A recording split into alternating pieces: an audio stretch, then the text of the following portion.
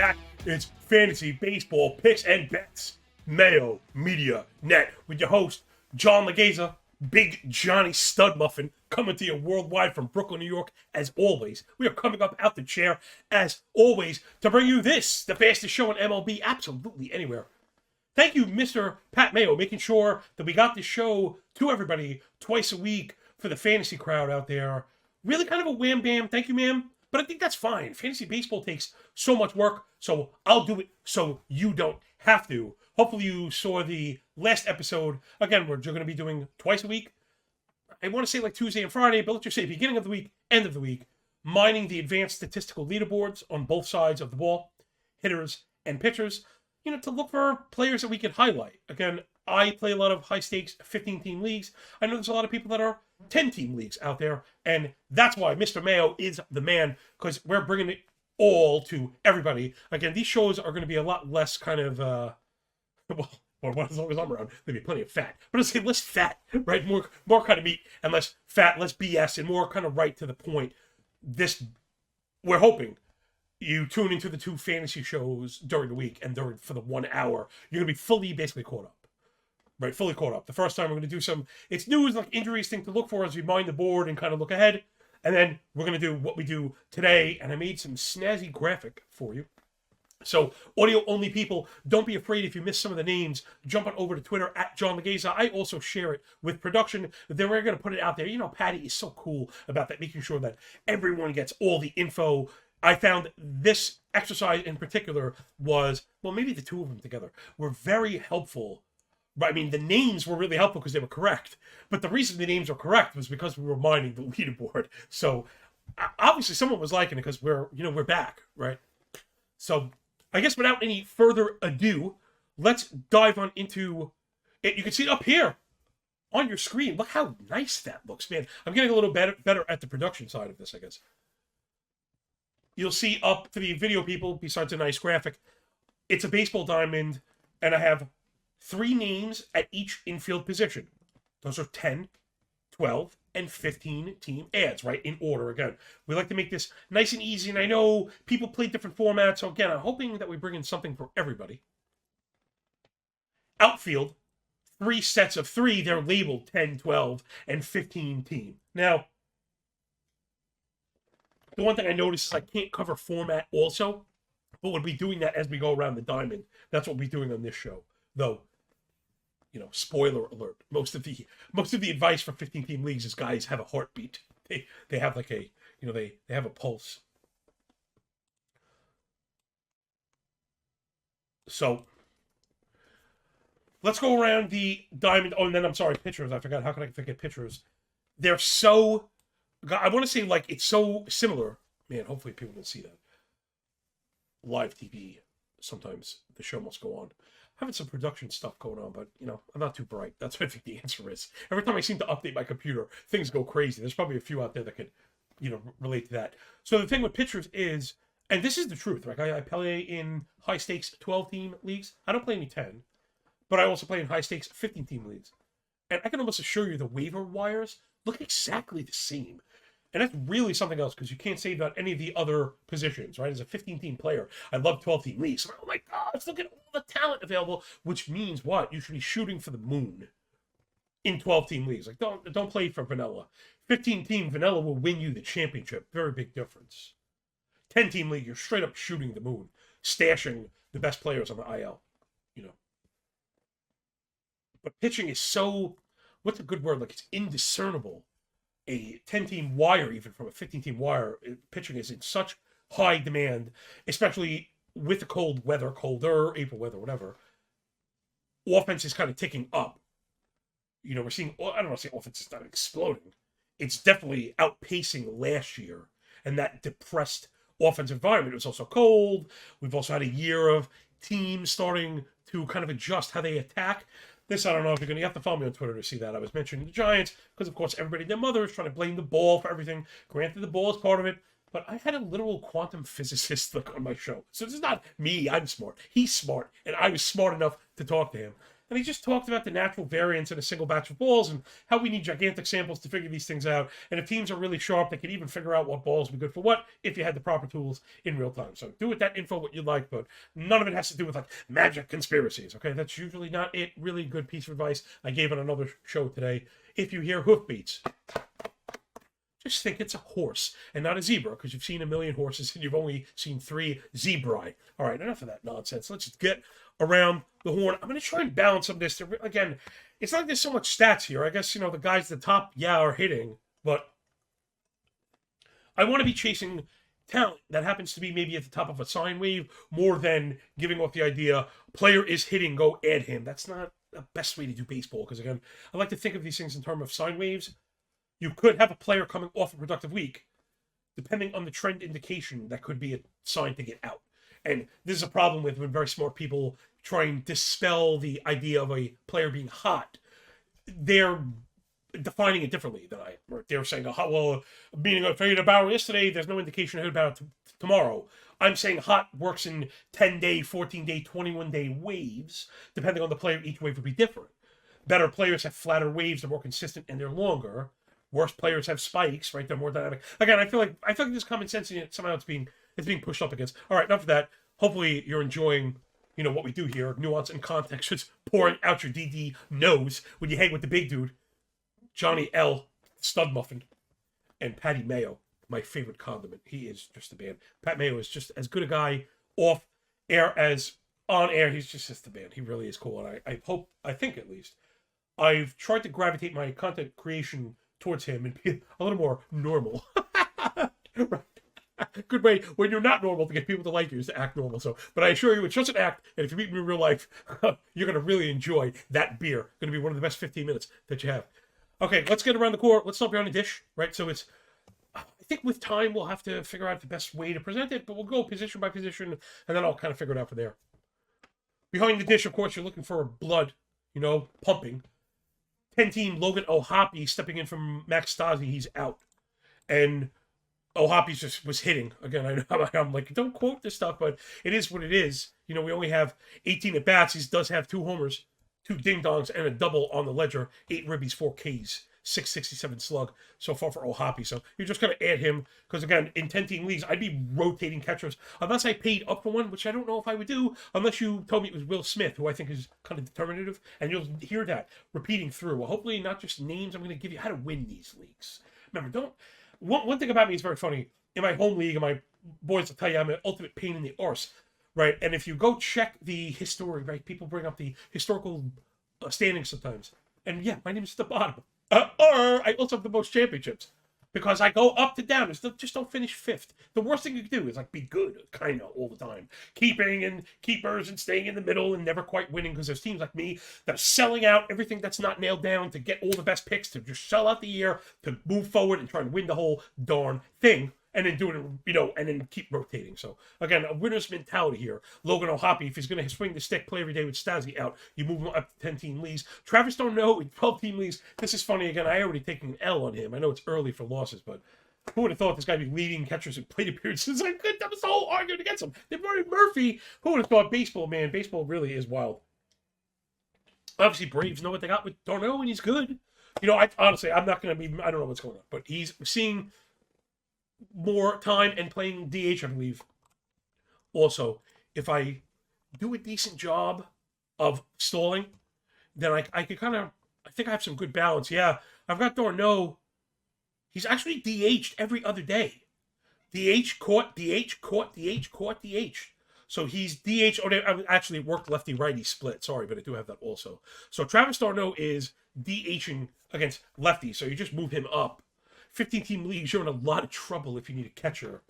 Even the guys I'd like to recommend are already gone because I'm telling you, playing 15-team leagues are generally 2 catchers, which is just so difficult. God, I hate it because I can't get myself to draft these guys, and I end up stinking, and I end up getting beat up pretty bad at the catcher position. And then I realize the few times I do draft decent catchers, those teams are good because I'm generally good at fantasy. But you don't realize trying to totally punt catchers with 2 catcher leagues, remember, particularly, you fall so far behind the plate appearances. And if the quality plate appearances, you're just doomed. You're really doomed. So, back to trying to win these leagues. If you're a 15-team league, just keep churning. Right now, I have Sebi Savala for the White Sox. He played. I mean, there's really not much. Guys like Blake Sable, who I have on a ton of my teams, because again, I draft nobody catchers, and all my nobodies are already hurt. You just couldn't start worse than I did. I had a ton of Joey Bart, lost, he's hurt. I had a ton of Omar Narvaez, he was hitting and playing every day. That's the kind of catcher that I like to get late. But, big shaking butt. He's hurt out for 2 months. I'm ruined. My draft and whole leagues are ruined. And then the third one was Reese McGuire. I thought he'd be playing every day, playing for Boston. Didn't realize he would get exposed, if you see what I did there. With stolen bases, he's allowed the most in the majors, and somebody sharper than me that's a Red Sox fan, I gotta give you credit, I forget who it was, might have been Samolsky, was talking about the splits. Like, the games that he's in, there's been, 12 of the 14, the other 3 games only been 2 bases stolen, none against Wong, I think it is. So, you gotta just get rid of guys that stink. Reese McGuire might play a few more games, he's gonna be done soon. So I'm looking at Zavala. I mean, in 15-team leagues, a lot of times, Bethencourt's taken, and even Langoliers and like that's taken. I'm sitting on, again, if you're really desperate, to give you an idea that I do play these leagues. Yainer Diaz for the Astros. Only problem is, I'm going to check right now. Oh, he does. He has 1 game caught. He hasn't played in a few days, 5 days, which is rough. Martin Maldonado kind of catches every day. He hasn't. It's been Cesar Salazar caught the other game. We were hoping back to Yainer Diaz. And again, now I don't even know if there's a winner, but how you get there, he's kind of a bat. And we're hoping if we get him enough appearances to get the eligibility, that he'll be worthwhile. All right, let's move it over to first base. So, it was good, right? We were going to get like a little bit of everything. A couple of the names, maybe why we like it, a little bit of strategy. Not too many stats on this one, on this show. Because again, I don't really think looking backwards is the answer, necessarily. All right, first base, here we go. Joey Gallo has to be added in all formats. Of course. A horse. What do I mean? For the 1,000 leagues that I draft in every single format, I even play in a really high-stakes, tremendous money home run tournament. I have no Gallo anywhere because I just think he stinks. And, of course, he is off to a ridiculous start. Joey Gallo off to a ridiculous start in 17 at-bats. He already has 3 home runs, 7 ribbies. Of course, there's 7 strikeouts mixed in there. Him batting .235 feels like it's a bit over his shoes. But he's just doing it, right? If the ball has some life and he's got the pull power going with the lift, you get Joey Gallo in every single format. Next up, Yandy Diaz for Tampa. There's a guy that I was on, feeling really good. Right now, he's the 1B3 in point leagues. I'm referring back and forth right now with point leagues and Roto. Believe it or not, I actually think point leagues tell a better tale of early production, right? Everything kind of being weighed together. Then Roto, Yandy Diaz already has 2 home runs. The man that can't lift, 4 walks, 3 hits and a double in there, batting .333, slugging .722. Yandy Diaz, if he out there, is 12-team viable. He's gone in 15-team leagues. But you may be able to find Jesus Aguilar. And the reason we're laughing is because when you are adding players on the A's, you're in really bad shape. But I also have a lot of teams. I'm hoping to do really well in these draft and hold tournaments. I work really hard. It's my 3rd time playing them at NFBC. But the first time it was just a shock. I jumped in at the list bit. I had no idea what I was doing. So it was my 2nd full go-around with off-season prep. And I really hope that I made some noise, made lots of good picks, lots of strong players, and hopefully I can pass that on to you. So I have a ton of Jesus Aguilar. If I'm familiar with these leagues I'm talking about are 50 rounds, 15 teams. So we're talking about 750 players. I love it as an analyst. I think every analyst should, because it makes you very familiar with the back of the player pool. And then the first time around, you get familiar with it and how little you know about it. Then hopefully the second time around, you think you improved, but you don't. That was last time. And hopefully this time you actually take steps forward. And I already have guys that are playing really impressive. I'm very impressed with myself because, again, I did so poorly to start. But I have a ton of Jesus Aguilar, a ton of Jace Peterson, guys who are everyday regulars for the A's who are wholly discarded. And they're playing on my bad teams. They're not really starting yet. But I have these guys, and I think that's how you find it. So, right now, Jesus Aguilar is your 15-team ad. And let's just say one more thing of this being the first episode. The best way to grade this work, I think, we noticed this last year. Holla to all my people following us over, rate, review, and subscribe. We really do appreciate you. Get up in the comments. Let Patty know how good of a job we're doing. I lost my place, but who cares, right? Yeah, what was I saying? Aguilar and Peterson getting regulars on even bad teams that will play. The way to grade the work is if the names move up the list. Sorry, I got derailed. I'm doing so much juggling. If a name is on the bottom list here or the infield by a 15-team ad, and you see him go from 12 to 10, I count those as objective wins. Because it's somebody we sniffed at the beginning that made it up to the top. We had a bunch of them last year, and I think we're going to do it again. So just to let you know. Let's move over to second base before we take a quick break. My dude, absolute at the top, man. My player shares, if we were looking at him as terms of a stock chart, right? So he's not my overall leader because I got on him late, but you saw a tremendous spike would be Brendan Donovan for the St. Louis Cardinals. He brought in really kind of an unimpressive profile. That's why I was not in the beginning. Very contact heavy, great discipline, elite approach. No joke, elite approach. It came out as walk stuff. Everything, chase rates, contact through the roof, just the best it could be. Which is why I was a little worried when the Cardinals said they were going to try and get him into what they do, which is pull elevated fly balls, right? Pull fly ball on drives. And you worry, oh, it's going to sacrifice. Well, it turned out really good hitters. Maybe there's something to think of in the future. When we hear really good hitters are going to make improvements, maybe we should just be more willing to believe it because they're very good at what they do. So Donovan seems like he's made those improvements. I haven't pushed all the way up to the top. I may be alone on this one, where I consider him kind of a 10-team guy. I think the breakout is like happening right in front of our eyes, as if it's already happened. I think he's going to be one of the true league winners this year, batting .273, slugging .545. He already has 2 ding dongs. That's Brendan Donovan, let off a couple times. It's a little crowded in St. Louis, but injuries just kind of happen. I think he may find his way to be the leadoff guy. Newtbar's still hurt, by the way. So all about Brendan Donovan. Next up, a guy who's huge on tons of player shares throughout. I even found myself kind of buying, not with helium because he didn't really get it. It was a little bit late by the time the price started to really rise. Is Thairo Estrada for the Giants. Again, I'm patting myself in the back, and if you follow along my rankings or any of the betting stuff I do, I would appreciate that. But I think we're going to, come out on top of this one for doing the work. I mean, I shouldn't be ashamed of that. Like, worried about who we piss off saying that. Like, we worked hard. We were willing to work. And what I'm getting at is, as we saw the change in the power game in baseball, I think we've seen a separation between kind of how big, muscular, but I'm saying hulking power, right? Trout and Jordan Alvarez and Aaron Judge. Yes, we know those guys hit balls off the moon. Like, surprise. We noticed as power was going down and down and down, smaller players, guys you wouldn't expect it from, were hitting, not 30, but still hitting 17 home runs. Why is he hitting 17 next to somebody you would expect would be a 30 home run guy, 28 home run guy, let's say, whatever. And it not translating. And again, the answer is pull power, finding those guys with contact that lift their pull balls. They pull their balls, all right. Lift them in the air when they pull them. I'm going to get canceled soon. So Thairo Estrada has the pull power for the Giants, and he's stealing the bases. So Roto, he's awesome. He already looks like a hit. You're right. If these guys stay healthy, he already looks like a hit. So the next up is just Taylor Walls, second base, Rays. There's really not too much there. He hasn't produced, but he's playing all the time, and he has crazy eligibility. I think he has second, third, and short in NFBC. That's correct. Was actually batting .313, but he hasn't done anything else. He scored 5 runs, but no Roto juice. And when you hear me refer to Roto juice, is homers and steals.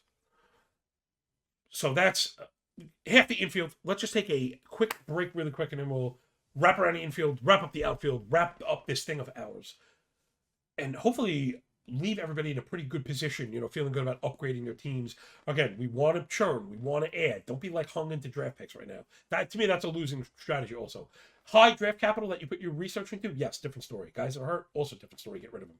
But don't get wed into sleeper picks. For me, it's Jared Kelnick. I'm already benching him, and soon I'm going to drop him. I went from loving him to getting ready to hate him soon, right? We're going to drop him, but don't force these guys into the lineups. We're going to do the churn thing. Let's wrap this thing up strong as always with shortstop Jorge Mateo lighting the world on fire as far as Roto. Got to play him in every single format. I think the thing we should be aware of is the floor on a player like this. He's shown us how bad he can be at times, but let's not be stubborn. If there's people who think He's going to stink forever. Right now, you do roll that was hot. It's sine wave, and just in case there's a breakout happening, do not be late to this one. I've seen people kind of roll their eyes. That's a good place to get in first. Remember, you could always drop him. 2 home runs, 4 steals already, batting .312. Mayo, not at all what you'd expect. But listen, baseball is a funny game. This could last a half for him. It could last another week. It could last another half. We don't know that, but we should be tracking it. And in 10-team leagues in particular, you play for the guy that could break the slate. You got to win. You got to win. Every team is stacked. And some teams are wed to those high picks that are not producing, making less demand on the wire. So remember, looking for guys that can really move the needle. Mateo, that kind of player. And the second he starts to go in the tank, you bench him, and in one more week, you let him go. You do not marry these players emotionally. Next up, Bryce Terang, shortstop from Milwaukee. Interesting. Again, I'm not a prospect guy. I never claim to be a prospect guy. I generally don't know anything about these guys. Briefly put, I like other people to overspend at the draft table, to get frustrated because Major League Baseball is hard, and then once they're disappointed, I'll swoop them, and add these guys. But right now, Terang looks really good. He also stayed really cheap. Now he's starting to move because he already has a homer, which was a grand slam, and 2 steals, also batting .312. So Ed Terang, he's playing every day for the time being. Arias can be out for a minute for the Brewers, and they're not very good. They're okay. You could play his way into an everyday role easily. Get with Terang, could be part of the new wave of Brew crew. Then last is Kevin Newman. This one's easy. He's not very good, but he's going to play every day. He has second and short stop eligibility, and he plays for the Reds, which of course we know matters because you may even want to start him the weeks he's playing at home. He's played 4 of 6 games. He even DH'd against a lefty. Give you an idea of how bad the Reds are. But also that, all kidding aside, when you get a DH check mark, you go forward with that. Third base, this one's pretty easy. Third base, which we thought was kind of yucky. We're seeing guys that are getting opportunities that are making the most of them. Hard to discern these. I'm not sure how I feel. I didn't really know who goes where. Now that I'm looking at it, maybe I should have had the middle one up top, but let's do it the way I wrote it. Brian Anderson, third base, Milwaukee. Josh Young, third base, Texas. J.D. Davis, third base, San Francisco. All very similar guys that were kind of flawed, but have some pop, are playing every day, front half of the lineup, and are looking really good. So, again, you just strike while the iron is hot, while you're still looking. Remember, once we add, the key to fantasy baseball, I think, is even after a successful ad, you continue to add. It's when you take your eye off improving that you get yourself in trouble. And I should have put Young first because I think he has the most potential. Right?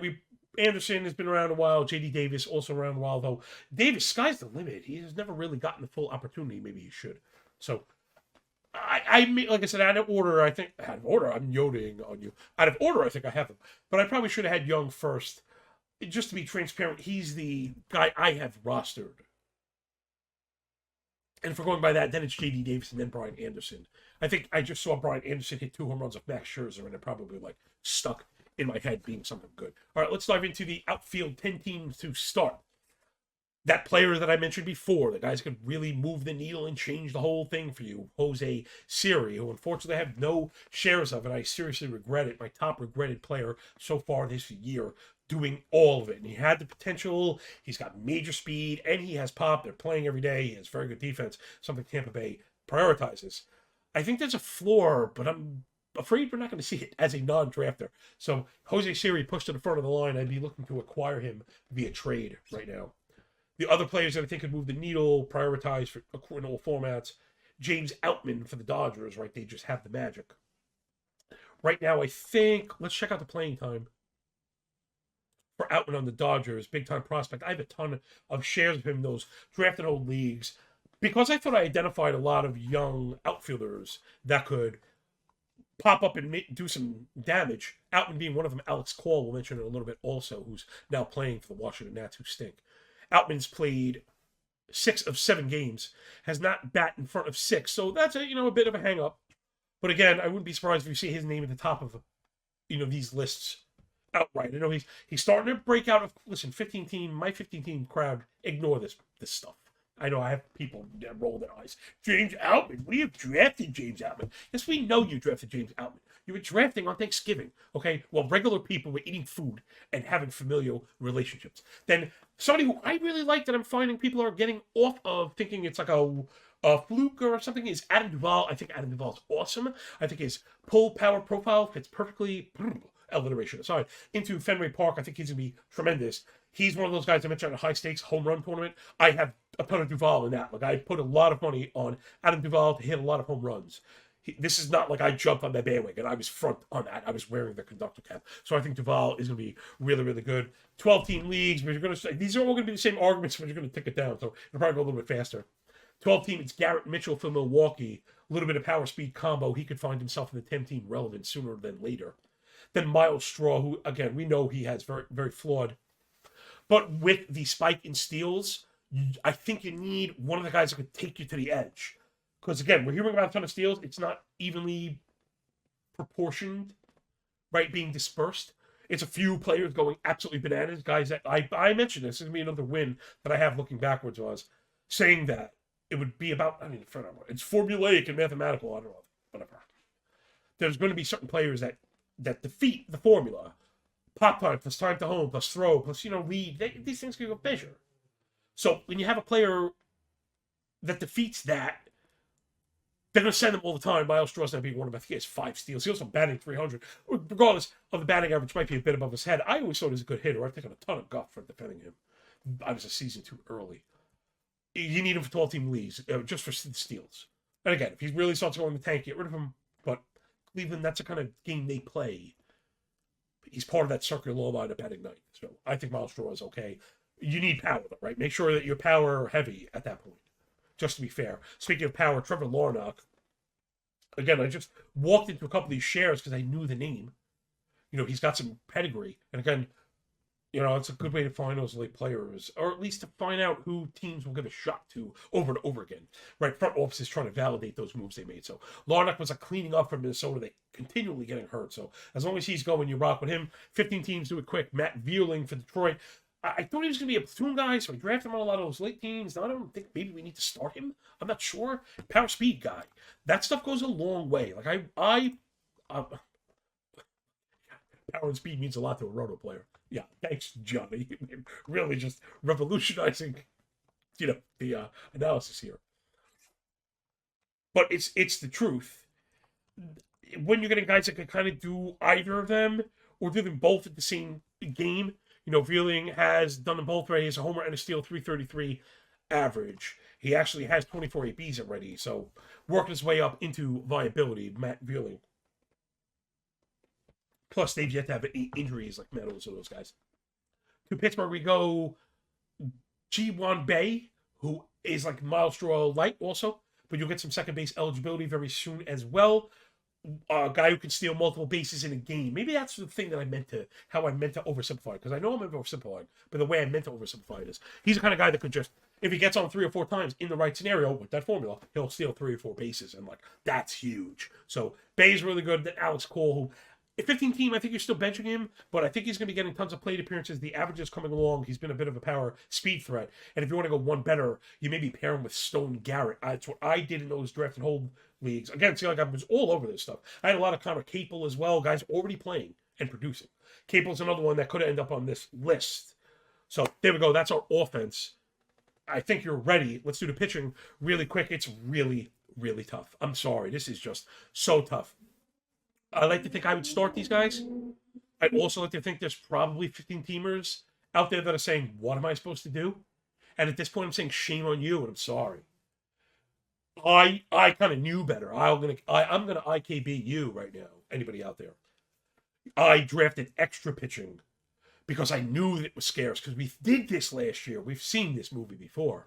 So the guys I have listed here, 10, 12 teams are probably out there. I checked my own waiver wires. 15-team leagues, it is a barren wasteland. If you're stuck, you're stuck. You might be better off going for relievers at this point. Okay, let's do it. Mitch Keller for the Pirates, Clark Schmidt for the Yankees, Graham Ashcraft for the Reds, Josiah Gray for Washington, and then Dre Jameson for Arizona, though. He's listed SP. He's in the middle because he got a save, but he might get a role as a starter. I don't know where to put him. But again, right now, impact and appearance is like, just get it. Just get innings pitched that are good. So Mitch Keller looks pretty good. You know, we've done this again before. We've stepped in this rake, but if he's out there and you're desperate, you go with Mitch Keller. I tend to like Clark Schmidt. I know there's a lot more people out there that seem to enjoy him doing poorly than not. I thought I liked what I saw. I'm not giving up on him yet. The Yankees are always going to provide a pathway to some possible W's. My boy Josiah Gray, of course, that's baseball moment, everybody. You know, where no one started him. I have him all over the place. I love Josiah Gray. I've been finding myself defending him like endlessly and his fastball that's just gotten crushed, but I like the shape. I don't know. It goes on and on. Into the weeds we go. But of course, he had the game of his life in Colorado. Everybody bet the over. That game is 1-0. I love it. I love it. I love it. I didn't bet it, but I love it. I just love it. I love it, man. That's baseball, baby. So Josiah Gray, remember, this could be wheels up. This could be a guy in a 12-team league that if your league mates are sick of him, you might get like legit ace type stuff. Remember, he was part of that Max Scherzer Trey Turner deal, right? It's a big deal. He's a highly touted Dodger prospect. Though I worry when the Dodgers don't want somebody. It's true, but still. Let's wrap it up with the relievers before we get out of here, right at the 30-minute mark. Appreciate all of you. Rate, review, and subscribe to Mayo Media Net. Man, how cool was Patty? Pierce Johnson for the Rockies. I know people, I don't know. I guess whatever. I guess it's okay to be different. I'm different. I can't help being different. But I guess whatever. Hearing people say, I'm not gonna chase saves in Colorado. Yes, I get like it stinks to pitch there. Our saves are so hard. Didn't Daniel Bard just go out and save like 1 million games last year? So what does it tell you? They give the ball to somebody consistently, which I think is almost as much as you could ask for. So no, the Rockies are not good, but I think that means they'll be in a lot of close games. Pierce Johnson already has 2 saves, and he's got some good stuff. So I like Pierce Johnson. I know people don't. The name he should be behind, I kind of messed this one up, is Evan Phillips for the Dodgers. Bruised out Gratterall. His back is banged up. But right now, Phillips is electric. He has 2 saves for the Dodgers. Excuse me, everybody. I'm very sorry. He should be at the very, very top. His name should be at the very, very top, including the starters, because the pathway to Dodger closer is legit RP1, like the RP1. Luckily, I could say again, I have a few shares of him in draft and hold leagues. Because of that, I didn't know where it was going to go. Could have been Gratterall. It could be Hudson still. He had a setback. Again, I don't like to draft guys that are injured now. I don't know who's injured. Could have been Vesia. Could have been Bickford. Could have been anybody. I thought Phillips had the best stuff. I also thought with the chance to become the Dodgers closer, who they like to use a single guy, again, rollover skill. He also has skill. You could have a pathway to the RP1. That's why I ended up on Phillips to be fully transparent and jump on that first. Then last for my 15-teamers, it's Quijada on the Angels, who, he saves from them last year. They brought in Estevez. He hasn't been good. I tend to like Matt more, but if he doesn't get the ball, I'm not going to force it. And sometimes you do just chase roll. I wouldn't overpay for Quijada, but if he was like $1 ad for you or something like that, you throw $2 or $3 on him. He's been okay, and they've shown to give it to him. A team like the Angels, you have to watch tonight's game, Saturday and Sunday, and you chase those saves. And I know it's a fool's errand, but if you're desperate times, call for desperate measures, and sometimes desperation is a stinky cologne. Yeah! That will do it for the big waiver show. Corked Stats, Mayo Media Net, baby. Week 1 waiver. With your host, big dude, the stud muffin from NYC. All right, I hope everyone dug that and this is applicable, right? Let's just get out of here before I turn this into one of those rambling episodes. So hopefully, half hour in the beginning of the week, half hour in the end of the week. We're going to get prepped up. Highlight some players on both sides. Try and be first to those early week ads, and then circle back 10, 12, and 50-team ads here every single week at Mayo Media Net. Rate, review, and subscribe to the audio-only pod. 5-star reviews are the tutti compliment that you could give to me. So thank you so much, everybody. We'll check you. The beginning of next week should be Tuesday with the advanced statistical leaderboard. Get up in the comments and let me know if there's stats you want to see. That's what we're here for. We're here for you. I'm not stubborn. I often find a lot of times the best improvements I make are because of very smart men and women out there. So from production, from Mr. Mayo and the big man, enjoy the games. Enjoy your day. And when we're done with the book, enjoy that pay, everybody. Remember, when you work this hard, it feels a lot less like luck. Yo, peace. We'll see you soon, man. Appreciate you. Enjoy the weekend.